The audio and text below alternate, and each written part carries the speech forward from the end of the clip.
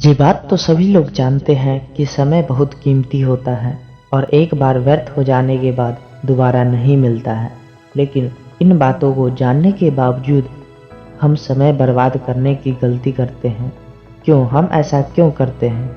चलिए इस कहानी के साथ हम इस प्रश्न का उत्तर ढूंढने का प्रयास करते हैं। और मुझे यकीन है कि इस कहानी को सुनने के बाद आप समय व्यर्थ करने से पहले 10 बार जरूर सोचेंगे। तो चलिए शुरू करते हैं। एक मछुआरा सुबह जल्दी उठकर मछली पकड़ने के लिए निकल पड़ा। जब वह नदी के किनारे पहुंचा तो देखा अभी तक सूरज नहीं निकला था और अभी अंधेरा ही था। तो उसने सोचा कि जब तक नदी में जाल डालने के लिए पर्याप्त प्रकाश न आ जाए तब तक प्रतीक्षा करना ही ठीक रहेगा। इसलिए वह अपना समय व्यतीत करने के लिए अपने पैरों को नदी में डालकर एक चट्टान पर बैठ गया। तभी उसने अपने पैरों के नीचे कुछ महसूस किया और जब देखा तो वह एक बैग था। तब उसने उस बैग को उठाया और जिज्ञासा से उसने उस बैग में हाथ डाला। तब उसने महसूस किया कि कुछ गोल पॉलिश की हुई वस्तुएं उस बैग में हैं और उसने सोचा यह नदी का कंकर होगा और इसलिए उसने एक कंकर उठाया और उसे नदी में फेंक दिया। और जैसे ही कंकर नदी में जाती तो एक प्रिय ध्वनि प्लॉप निकलती जो इसके कानों को बहुत अच्छा लगा। इसलिए उसने इसे दोहराने का फैसला किया। उसने एक और कंकर लिया और उसे पानी में फेंक दिया।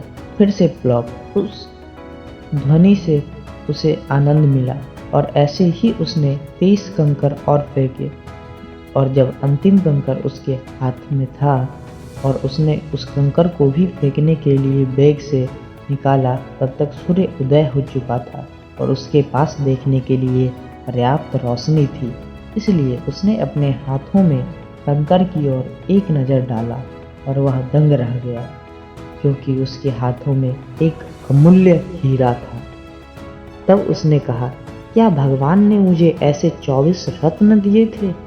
लेकिन मेरी अज्ञानता में मैंने उनमें से 23 को फेंक दिया। मैं कितना दुर्भाग्यपूर्ण हूँ।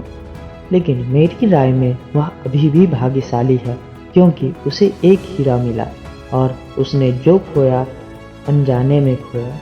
लेकिन अगर आप जानबूझकर समय रूपी हीरे को व्यर्थ कर रहे हैं तो आपसे बड़ा दुर्भाग्यपूर्ण कोई नहीं हो सकता। इस पर विचार करें कि एक क्षणिक सुख के बदले आप अपना अमूल्य हीरा व्यर्थ कर रहे हैं। इस बात को हमेशा ध्यान में रखें कि आप समय को नहीं काट रहे बल्कि समय आपको काट रहा है। इसलिए इस कहानी से सीख लेकर आप दुर्भाग्यपूर्ण से भाग्यशाली बन सकते हैं।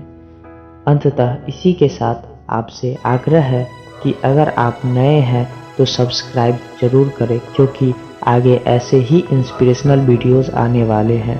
और वीडियो अच्छी लगी हो तो लाइक कमेंट जरूर करें।